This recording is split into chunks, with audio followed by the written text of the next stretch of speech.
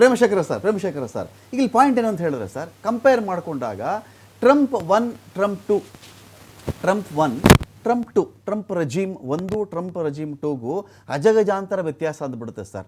Trump 1 ಬಂದಾಗ ಸ್ವಲ್ಪ ವ್ಯಾಪಾರಿ ಬುದ್ಧಿ, ಎಲ್ಲ ಜೊತೆ ಚೆನ್ನಾಗಿರಬೇಕು, ಶಾಂತಿ ನೆಲೆಸಬೇಕು, ಆ ಒಂದು ಫೀಲ್ ಇತ್ತು ಸರ್. ಬಟ್ ಟ್ರಂಪ್ 2 ಅದೇನು ಉಮೇದಕ್ಕೆ ಬಿದ್ದಿದ್ದಾನೋ ಆ ಮನುಷ್ಯ ನಮಗೆ ಅರ್ಥ ಆಗ್ತಾ ಇಲ್ಲ. ಬಾಯಿ ಬಿಟ್ಟರೆ ಒಂದು ಇಲ್ಲ ವಾರ್ ವಿಚಾರದಲ್ಲಿ ಹೆದರಿಸೋದು, ಅದೊಂಥರ ಟೆರರಿಸಮ್ಮೇ ಅದು.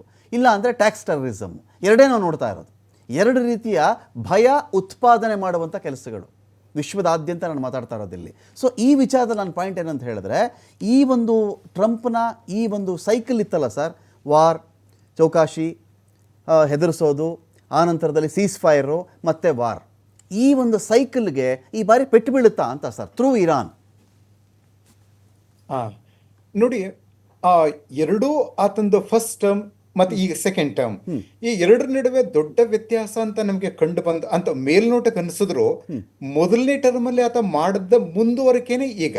ಆವಾಗ ಆಕ್ಚುಲಿ ಚೈನಾ ಮೇಲಷ್ಟೇ ಟ್ಯಾರಿಫ್ ಫಸ್ಟ್ ಟರ್ಮ್ ನಲ್ಲಿ, ಆಯ್ತಾ. ಈಗ ಅದನ್ನ ಇಡೀ ಪ್ರಪಂಚಕ್ಕೆ ಎಕ್ಸ್ಟೆಂಡ್ ಮಾಡಿದ್ರು ಈ ಮನುಷ್ಯ ಟ್ರಂಪ್. ಮತ್ತೆ ಇರಾನ್ ವಿಷಯದಲ್ಲಿ ಆಗ್ಲೂ ಸಹ ಟ್ರಂಪ್ದು ಖಡಕ್ ನಿಲುವೆ.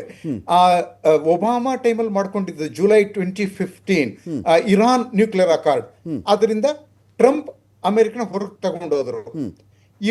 ಇರಾನ್ಗೆ ಮೇಲೆ ಕೊಟ್ಟಿದ್ದ ಸ್ಯಾಂಕ್ಷನ್ಸ್ ಎಲ್ಲ ಮತ್ತೆ ವಿಧಿಸಿದ್ರು. ಅಷ್ಟೇ ಅಲ್ಲ, ಜಾನ್ವರಿ 2020 ಇರಾನಿಯನ್ ಒಂದು ಆರ್ಮಿ ಚೀಫ್ ಕರ್ದ್ ಆರ್ಮಿ ಚೀಫ್, ಅದನ್ನ ಖಾಸಿಂ ಸುಲೇಮಾನಿ ಅವರನ್ನ ಕೊಲಿಸಿದ್ರು. ಹೀಗಾಗಿ ಏನಾಗಿದೆ, ಈಗ ಏನ್ ಮಾಡಿದ್ದಾರೋ ಇದನ್ನೆಲ್ಲ ಸಣ್ಣ ಪ್ರಮಾಣದಲ್ಲಿ ಟ್ರಂಪ್ ತಮ್ಮ ಮೊದಲನೇ ಶುರು ಮಾಡಿದ್ರು. ಈಗ ಅದು ದೊಡ್ಡ ಪ್ರಮಾಣದಲ್ಲಿ ನಡೀತಾ ಇದೆ. ಬಹುಶಃ ಯಾಕೆ ಅಂತ ಟ್ರಂಪ್ಗೆ ನನಗೆ ಮತ್ತೊಂದು ಟರ್ಮ್ ಸಿಗೋದಿಲ್ಲ, ನಾನು ಏನ್ ಮಾಡ್ಬೇಕು ಇದನ್ನೆಲ್ಲ ಈಗಲೇ ಮಾಡಿಬಿಡ್ಬೇಕು ಅಂತನ, ಅದನ್ನ ನಾನು ಒಂದು let me B devils advocate, Trump ಪರವಾಗಿ ನಾನು ಮಾತಾಡ್ತೀನಿ.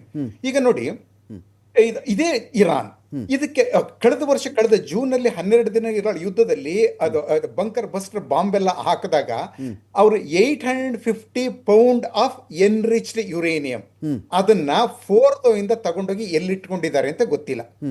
ಅದನ್ನ 60% ಗಿಂತ ಜಾಸ್ತಿ ಎನ್ರಿಚ್ ಆಗಿದೆ ಅಂತ ಹೇಳ್ತಾರೆ. 85-90 ಅದರ ವೆಪನ್ ಗ್ರೇಡ್ ಅದು. ಸೊ ಅದು ಎಲ್ಲಿದೆ ಗೊತ್ತಿಲ್ಲ, ಏನ್ ಮಾಡ್ತಾ ಇದ್ದಾರೆ ಅಂತ ಗೊತ್ತಿಲ್ಲ. ಒಂದು ವೇಳೆ ಇರಾನ್ ಈಗ ಅದನ್ನ ವೆಪನ್ ಗ್ರೇಡ್ ಮಾಡಿಕೊಂಡು ನ್ಯೂಕ್ಲಿಯರ್ ವೆಪನ್ ಅಥವಾ ಅಟ್ಲೀಸ್ಟ್ ಡರ್ಟಿ ಬಾಂಬ್ ನ ಮಾಡೋ ಸಾಮರ್ಥ್ಯ ಪಡ್ಕೊಂಡ್ರೆ, ಒಂದು ಲಾಂಗ್ ರೇಂಜ್ ಮಿಸೈಲ್ ನ ಪಡ್ಕೊಂಡ್ರೆ, ಇರಾನ್ ಈಗ ನಾವು ಅದು ಏನೇನು ಮಾಡ್ತಾ ಇದ್ದದನ್ನ ನೋಡಿದ್ರೆ ಆ ಎರಡು ಶಕ್ತಿಗಳು ಅದಕ್ಕೆ ಬಂದು ಬಿಟ್ರೆ, nuclear weapon and long range missile, ಆ ಇರಾನ್ ಏನ್ ಮಾಡಬಹುದು ಅನ್ನೋದನ್ನ ಊಹೆ ಮಾಡ್ಕೊಳ್ಳಿ. ಅಂತ ಒಂದು ಸ್ಥಿತಿಗೆ ಆಯ್ತಾ ಅಮೆರಿಕವನ್ನ, ಪ್ರಪಂಚವನ್ನ ತಳ್ಳೋದಕ್ಕೆ ಯಾವುದೇ ರೆಸ್ಪಾನ್ಸಿಬಲ್ ಅಧ್ಯಕ್ಷ ಅಥವಾ ರೆಸ್ಪಾನ್ಸಿಬಲ್ ಗ್ರೇಟ್ ಪವರ್ ತಯಾರಾಗಿಲ್ಲ. ಆಯ್ತಾ, ನಾವು ಟ್ರಂಪ್ ಪರವಾಗಿ ಒಂದು ಮಾತಾಡ್ತಾ ಇದ್ದೀನಿ. ಯಾಕಂದ್ರೆ ಒಂದ್ ವೇಳೆ ಇದನ್ನ ಯಾರೂ ಮಾಡ್ಲಿಲ್ಲ ಅಂತ ಹೇಳಿದ್ರೆ, ಒಂದ್ ವೇಳೆ ಇರಾನ್ಗೆ ಆ ಸಾಮರ್ಥ್ಯ ಸಿಕ್ಕಿದ್ರೆ ಏನ್ ಮಾಡಬಹುದು ಆ ದೇಶ. ಸೊ ಅದನ್ನ ಟ್ರಂಪ್ ತನ್ನ ಈ ಟರ್ಮಲ್ಲೇ ಮಾಡಿ. ಅಮೆರಿಕ ಅಂತ ಮಾತಾಡ್ತೀನಿ ಸರ್ ಈಗ ಪ್ರೇಮಶೇಖರ ಸರ್, ಅಮೆರಿಕ ಯಾವ ದೇಶದ ಮೇಲೆ ಗೂಬೆ ಕೂರಿಸಿಲ್ಲ ಸರ್. ಅದಾಯಿತು, ಅಣ್ವಸ್ತ್ರ ಇರಲಿ, ಇರಾನ್ ಬಳಿ ಅಣ್ವಸ್ತ್ರ ಇದೆ, ಪಾಕಿಸ್ತಾನದ ಬಳಿ ಇದೆ ಅಂತಾನೆ ಆಗಲಿ ಸರ್, ಯಾವ ದೇಶದ ಮೇಲೆ ಅಮೆರಿಕ ಗೂಬೆ ಕೂರಿಸಿಲ್ಲ. ಏನೋ ಒಂದು ಕಾರಣ ಬೇಕು ಯುದ್ಧ ಮಾಡೋಕ್ಕೆ, ಇಡೀ ವಿಶ್ವ ಒಪ್ಪುವಂಥ ಒಂದು ಕಾರಣ. ಅಕಸ್ಮಾತ್ ಅವ್ರ ಬಳಿ ಆ ಅಣ್ವಸ್ತ್ರ ಸಿಡಿಸ್ಬಿಟ್ರೆ ಪ್ರಪಂಚದ ಗತಿ ಏನು ಅಂತ ಹೇಳಿ ಪ್ರಪಂಚದ ರಕ್ಷಕನ ವೇಷ ಹಾಕೊಂಡು ನಿಂತ್ಕೊಳ್ಳೋದೇ ಅಮೆರಿಕದ ಕೆಲಸನ ಅಂತ. ಇಲ್ಲ, ಆಕ್ಚುಲಿ ಇರಾನ್ ಅಣ್ವಸ್ತ್ರದಿಂದ ಪ್ರಪಂಚಕ್ಕೆ ಏನೋ ತೊಂದರೆ ಇಲ್ಲ, ಇರೋದೇ ಇಸ್ರೇಲ್ಗೆ. ಅಲ್ಲಿ ನೋಡಿ, ಇರಾನ್ ಮತ್ತೆ ಇಸ್ರೇಲ್ನ ನೀತಿಗಳನ್ನ ನೋಡಿ. ಇರಾನ್ನ ನೀತಿ ಏನು? ಇಸ್ರೇಲ್ ಅನ್ನ ಕಂಪ್ಲೀಟ್ ಈ ಪ್ರಪಂಚದ ನಕ್ಷೆಯಿಂದ ತೆಗೆದು ಬಿಡಬೇಕು ಅಂತ. ಅದು ಇರಾನ್ಸ್ ಡಿಕ್ಲೇರ್ಡ್ ಏಮ್, ಆಯ್ತಾ. ಆದ್ರೆ ಇಸ್ರೇಲ್ದೇನು, ಅದು ಇರಾನ್ ಅನ್ನ ನಕ್ಷೆಯಿಂದ ತೆಗಿಬೇಕು ಅಂತ ಇಸ್ರೇಲ್ ಯಾವತ್ತೂ ಹೇಳಿಲ್ಲ. ಅಲ್ಲಿ ಬೇರೆ ಗವರ್ನಮೆಂಟ್ ಬರಬೇಕು, ಈ ರೆಜಿಮ್ ಹೋಗಿ ಒಂದು ಫ್ರೆಂಡ್ಲಿ ಗವರ್ನಮೆಂಟ್ ಬರಬೇಕು ಅಂತ. pre-79 ಶಾ ರೆಜಿಮ್ ಇತ್ತಲ್ಲ, secret affair with secret love affair ಅಂತ ಹೇಳ್ತಾ ಇದ್ರು ತೆಹರಾನ್ ಮತ್ತೆ ತೆಲ್ ಅವೀವ್ ಮಧ್ಯೆ. ಸಾವಕ್ ಮತ್ತೆ ಮೊಸಾದ್ ಕೊಲಾಬರೇಟ್ ಮಾಡ್ತಾ ಇದ್ವು. ಅಂತ ಒಂದು ಸ್ಥಿತಿ ಮತ್ತೆ ಬರಬೇಕು ಅಂತ ಇಸ್ರೇಲ್ ಬಯಸೋದು. ಇರಾನ್ ಇರ್ಲಿ, ಒಂದು ದೇಶವಾಗಿರ್ಲಿ, ನಾಶ ಆಗಬಾರ್ದು, ಪ್ರಪಂಚದಲ್ಲಿ ಇರ್ಲಿ, ಆದ್ರೆ ಅಲ್ಲಿ ನಮ್ಗೆ ಫ್ರೆಂಡ್ಲಿ ರೆಜಿಮ್ ಬರಬೇಕು ಅಂತ. ಆದ್ರೆ ತೆಹರಾನ್ ಹೇಳೋದು ಇಸ್ರೇಲ್ ನ ಕಂಪ್ಲೀಟ್ ಪ್ರಪಂಚ ನಕ್ಷೆಯಿಂದ ತೆಗೆದು ಬಿಡಬೇಕು ಅಂತ. ಹೀಗಾಗಿ ಇರಾನ್ ಇಂದ ಏನಾದ್ರು ನ್ಯೂಕ್ಲಿಯರ್ ವೆಪನ್ ಬಂದ್ರೆ ನಮಗಪ್ಪ ಇಲ್ಲ ಸರ್ ಅದರಿಂದ, ಆಯ್ತಾ, ಇಸ್ರೇಲ್ ಮಾತ್ರ. So we have to look at the issue through Israeli point of view.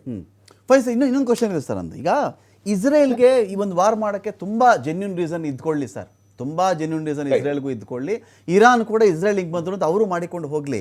But America ಈ ಹೋರ್ಮುಜ್ ಇಟ್ಕೊಳ್ಳೋದು, ಚೀನಾ ಸಪೋರ್ಟಿಗೆ ಬನ್ನಿ ಅನ್ನೋದು, ಜಪಾನ್ ಸಪೋರ್ಟಿಗೆ ಬನ್ನಿ ಅನ್ನೋದು, ನೇಟೋಗಳನ್ನು ಕೇಳ್ಕೊಳ್ಳೋದು ಯಾವ ಮಟ್ಟಕ್ಕೆ ಇಳಿದುಬಿಡ್ತು ಅಮೆರಿಕ ಅಂದರೆ, ವಿಶ್ವದ ಮುಂದೆ ಈ ಅಮೆರಿಕ ದೊಡ್ಡಣ್ಣ, ಬಿಗ್ ಬ್ರದರು, ಇದೇನೇನೋ ಒಂದಷ್ಟು ಮುಖವಾಡಗಳು, ಬಿರುದುಗಳೆಲ್ಲ ಇತ್ತಲ್ಲ, ಎಲ್ಲ ಕಳಚಿ ಈ ಹೋರ್ಮುಜ್ ಜಲಸಂಧಿಲೇ ಬಿದ್ದೋಗ್ಬಿಡ್ತಾ ಅದು ಅಂತ. ಆಕ್ಚುಲಿ ಇದು ಇರಾನ್ಗೆ ಇಸ್ರೇಲ್ಗೆ ನಂಬರ್ 1 ಎನಿಮಿ ಆಗಿರ್ಬೋದು, ಆಯ್ತು. ಆದ್ರೆ ಅಮೆರಿಕಾಗೂ ಸಹ ಯಾವಾಗ ಆಯುತುಲ್ಲಾ ಖೊಮೇನಿ ಅಮೆರಿಕನ ಗ್ರೇಟ್ ಸೈತಾನ್ ಅಂದದ್ದು, ಒಂದು 52 ಅಮೆರಿಕನ್ ಡಿಪ್ಲೊಮ್ಯಾಟ್ಸ್ ಅನ್ನ 444 ದಿನ 1718 ನಲ್ಲಿ IRGC ಒತ್ತೆಳೆಗೆ ಇಟ್ಕೊಂಡದ್ದು, ಆವಾಗಿಂದನೇ ಅಮೆರಿಕ ಮತ್ತೆ ಇರಾನ್ ಮಧ್ಯೆನೂ ಪ್ರಾಬ್ಲಮ್ ಆಗಿದೆ. ಹೀಗಾಗಿ ನನಗೆ ಇದು ಸಹ ಹೊಸದಲ್ಲ. ಮತ್ತೆ ಆಕ್ಚುಲಿ ಹಾರ್ಮುಜ್ ಜಲಸಂಧಿಯನ್ನ ಇನ್ಫ್ಯಾಕ್ಟ್ ಅವ್ರು ನಮಗೆ ಹೆಲ್ಪ್ ಮಾಡಿ ಅಂತ ಅಮೆರಿಕ ಆಕ್ಚುಲಿ ಈಗ ಮೊನ್ನೆ ಕೇಳ್ದ ಟ್ರಂಪ್, ಮತ್ತೆ ನಿನ್ನೆ ಹೇಳ್ದ ನಮ್ಗೆ ಯಾರು ಹೆಲ್ಪ್ ಬೇಕಾಗಿಲ್ಲ ಅಂತ. ಸೊ ಈ ಟ್ರಂಪ್ದು ಇಂದು ನಾಳೆ ಒಂದೊಂದು ಏನು ಮಾತಾಡ್ತಾರೆ ಅನ್ನೋದ್ರ ಬಗ್ಗೆ ನಾವು ಗಮನ ಕೊಡ್ಬೇಕಾಗಿಲ್ಲ. ಅವರ ಒಟ್ಟಾರೆ ಪಾಲಿಸಿ ಇದೆಯಲ್ಲ, ಲುಕ್ ಅಟ್ ಈ ಹುಚ್ಚಿನ ಕೈಲಿ ಕಲ್ಲಿದ್ದಂಗೆ ಸರ್, ಅದು ಹುಚ್ಚಿನ ಕೈಲಿ ಕಲ್ಲಿದ್ದಂಗೆ, ಅದು ಯಾರ ಮೇಲೆ ಬಿಸ್ತಾನೆ ಗೊತ್ತಾಗಲ್ಲ ಅದು ಅಂತ. ಅಂತಿಮ ಒಟ್ಟಾರೆ ಪಾಲಿಸಿ ಏನು, ಇರಾನ್ ನ್ಯೂಕ್ಲಿಯರ್ ವೆಪನ್ ಅನ್ನ ಶಕ್ತಿಯನ್ನ ತೆಗೆದುಹಾಕೋದು. That is doing fine sir, fine sir. ನಾನು ಮತ್ತಷ್ಟು ಮಾತಾಡ್ತೀನಿ ಸರ್, ಮತ್ತಷ್ಟು ಮಾತಾಡ್ತೀನಿ. ಒಂದೇ ಒಂದು ಬ್ರೇಕ್.